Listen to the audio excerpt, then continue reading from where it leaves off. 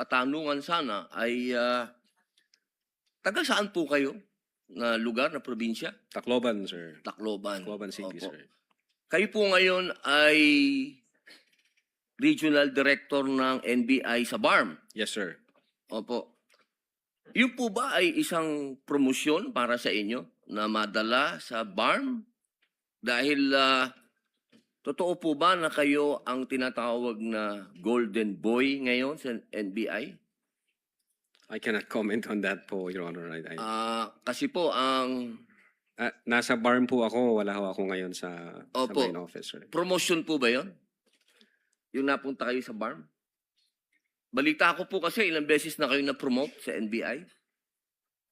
12 years na po kayo no, sa NBI. Yes, sir. Opo. Ilang beses na po kayo na-promote? Since na pumasok ko ako sa NBI, Opo. sir. From investigation 1, 2, 3 noong 2015, 2016. Well, nung mula ako na pumasok ako sa academy, from investigation 1 hanggang ngayon sa regional director, sir. Ilang beses po yan? Sa isang taon po Sa isang taon? Anong taon po, sir, ang tinutukoy nyo? Bago po kayo napunta sa BARM. Bago ho ako napunta sa BARM, regional director po ako ng Mimaropa. May Maropa. Region 4B, sir. Opo. Kayo po ba ang pumili sa BARM? Na Hindi kayo po, sir. mapunta to? In the Opo. exigency of service, doon po kami nilalagay kung ano ang tingin ng direktor na makakatulong kami sa bureau. Bakit po kaya naisip ng direktor na sa BARM po kayo? Kayo po ba ay may kaalaman sa Islam? Hindi ko po alam kung ano ang naging basis ng direktor, pero Kayo po mismo. Ang BARM po kasi is Muslim Mindanao. yes, Your Honor. Opo. Meron po kayong kaalaman sa Islam? In terms of what do you mean kaalaman, sir? Yung Sa religion po ng Islam kasi Muslim Mindanao. So ibig sabihin, kahit basic po siguro ng Islam, no? yes, sir. Kahit naman ho sino pwedeng i-assign kahit saang regional office dito sa Pilipinas. Di ba po parang Regional autonomy ang autonomous region ng Muslim Mindanao. So kailangan man siguro kahit paano meron kayong kaalaman sa Islam. Konti siguro, sir. Ano po yung konti na yun? Well, isa po akong Kristiyano at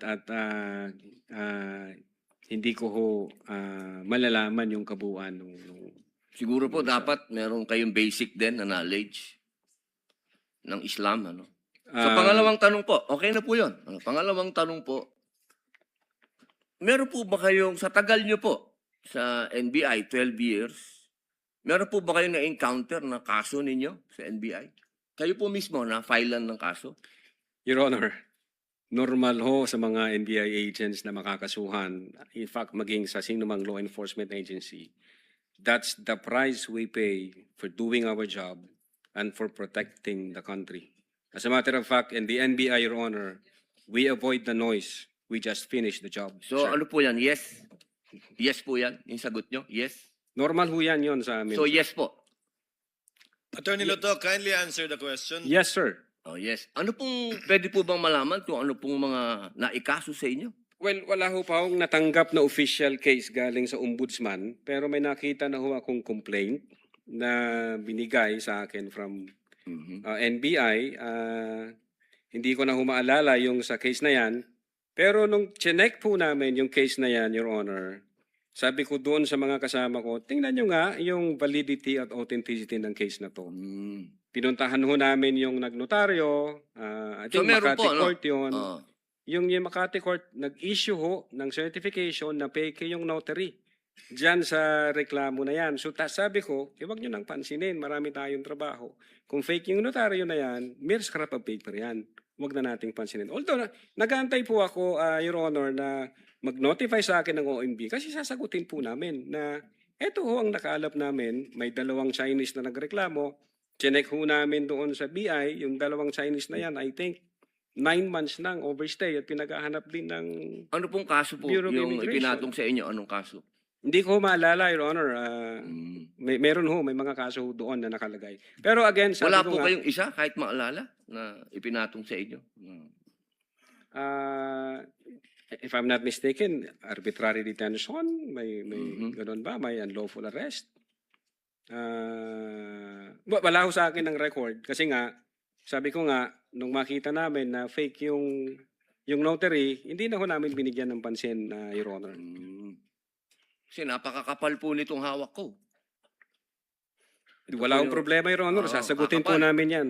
Apo. Sasagutin ko Hindi po niyo yan. pa po nasagot magmula noong February 29 Kasi wala pa hong official notice galing sa kung anong ahensya. na nakarating po sa inyo. Wala pa. Wala pa ho. Ang nakuha ko lang, yung kopya niyan, Mhm. siguro may nagpadala sa akin. Sabi ko, teka muna, wala akong official na nare-receive from OMB. So, nung chinek ko namin, kung nag exist ba yung kaso, fake yung notary, hindi na namin So, binigyan ibig niyo ng pong pansin. sabihin hanggang ngayon, hindi kayo sigurado kung nag-i-exist to. Dapat may notice na ako from Ombudsman. Oo, di sir. ba po dapat ang reaction ng isang tao kapag may kaso, harapin? Precisely, Kasi Your Honor. Hinihintay ko nga ah, po yung notice from Ombudsman. Pag meron na hong notice Wala ang po kayong Ombudsman- notice hanggang ngayon? Sa Wala pa Ombudsman? po, Your Honor. Yun nga ang inaantay ko kasi sasagutin namin kasi meron po kaming certification na fake yung notary. Inaantay ko po, Your Honor. Mas maganda po, maharap nyo kagad. Definitely, hindi ko lalong-lalo namin na po- tatakbuhan yan, sir. Kasi napakahalaga po ngayon nito. Yes, sir. Oo, ito po ay ang pinag-uusapan natin dito ay napakahalaga. Yes, sir. Opo, at ito pong mga kasong ipinatong sa inyo, perjury, robbery, extortion, theft, mainam po ito As I've said, Your Honor, in the NBI, we avoid the noise. We just finish the job, sir. Opo, opo. Meron po akong tanong, pangatlo. Opo. Kanina po na ang ganda ng talakayan nyo tungkol sa Romanov. Yes, sir. Opo. Alam niyo po ba yung istorya ng Romanov? At ang gaganda po ng mga sagutan ninyo, alam niyo po ba yung historical background ng Romanov? Ang alam ko lang po dyan, Your Honor, yun yung nangyari sa, I think, Tsar, kung hindi ako nagkakamali sa Russia. Sa Russia. Opo, Opo. opo. Sino po ba yung nakakalaban ng Tsar? Again, hindi ko po maalala, hindi ko po nakita yung buong... Yun. Kasi napakahalaga po malaman ng taong bayan kung sino po ang tinatawag natin na Romanov at Yes, sino yung nakalaban nila. Kasi po, katabi ko ang isa sa Marcos family.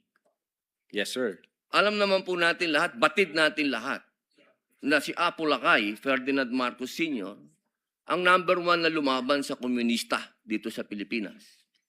Batid naman din po natin na ang nag-execute sa Tsar kay Nikolai at sa kanyang mga anak, sa kanyang pamilya, ay ang komunista. Alam mo po ba niyo? Yes, sir. Opo. Ngayon, sino po ba ang pangalawang pangulo na lumaban sa komunista? Sino po, sir? Ay di si Pangulong Rodrigo Roa Duterte. Hindi ba po dapat isipin natin yung Romanov ay tungkol sa threat na pumapasok sa mga pamilya na mga namumuno dito sa ating bayan na lumalaban sa komunista. Komunista po ako Gusto ko lamang pong alamin ninyo. Yes, sir. Well, insofar as the investigation on the issue of whether or not may Romanov or operation of Romanov, ang sabi ko po kanina, nasa intelligence service po namin yan, at I think ang makakasagot po niyan, Your Honor, yung director po namin. Opo, kasi nabanggit nyo kanina sa usapan po ninyo si Baste. Yun Na po yung... sinasabi nyo po kasi kanina sa usapan po ninyo, sa napakagandang usapan, na yung Romanov, hindi na ipapaliwanag kasi kung ano ba yung ugat nun. Napakahalaga po na alam natin yung ugat. Si Presidente Marcos Sr. ang lumaban sa komunista, kaya nagkaroon ng threat noong 1986. Yes, sir. Ngayon, sinasabi ni Baste na nagkakaroon ng threat sa kanila, pamilya, sapagkat alam naman nating lahat na ang nagpatuloy ng paglaban sa komunista pagkatapos ni Pangulong Rodrigo Roa Duterte ay si Inday Sara Duterte, ang ating Vice President. Sumasang-ayon po ba kayo doon? Wala po akong personal knowledge, sir. Ay, bakit po kayo walang personal knowledge? Yun po ang sumunod na assignment ng ating Vice Presidente pagkaupo niya. Siya po ang nag-take over ng NTF-ELCAC. Hindi po alam ng NBI yun. Well, nag-NTFL ka siya, pero yung factual circumstances doon, Factual, wala pa po akong wala po kayong... Pero alam niyo po, sagutin na lang po ninyo na siya ang nag-take over ng NTFL CAC. yes, Your Honor. Opo. Isa na lang po, ginoong tagapamahalang hukom. Sabi niyo po kanina, ulitin ko lang po, gusto ko lang pong malaman uli. Inamin niyo po na wala kayong personal knowledge tungkol dun sa threat ng Pangulo? Ng pangalaw, sabi niyo po kanina, wala kayong personal knowledge na kumuha na ng assassin o papatay sa Pangulo, ang pangalawang Pangulo? Narinig ko po kanina. During that time, Yes or no lang po. During that time, ongoing ho ang validation namin, So, sir. ibig niyo pong sabihin ngayon, meron na kayong personal knowledge na meron na kayong...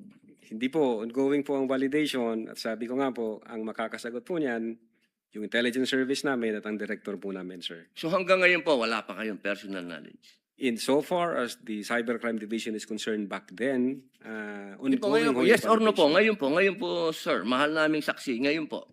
Kung ako tatanungin, wala pa po akong idea, pero baka meron ang intelligence service o ang director po Attorney namin. Loto, kindly answer the question directly. It's answerable by yes or no. And I think Yes, sir. you know the answer. Opo. Well, ako personally, wala pa po, sir. Okay. Yun lang po. Maraming salamat po, Thank mahal you. na saksi. Thank you, sir. Thank Your you, Senator Judge Padilla. Chair declares a 15-minute recess. We shall resume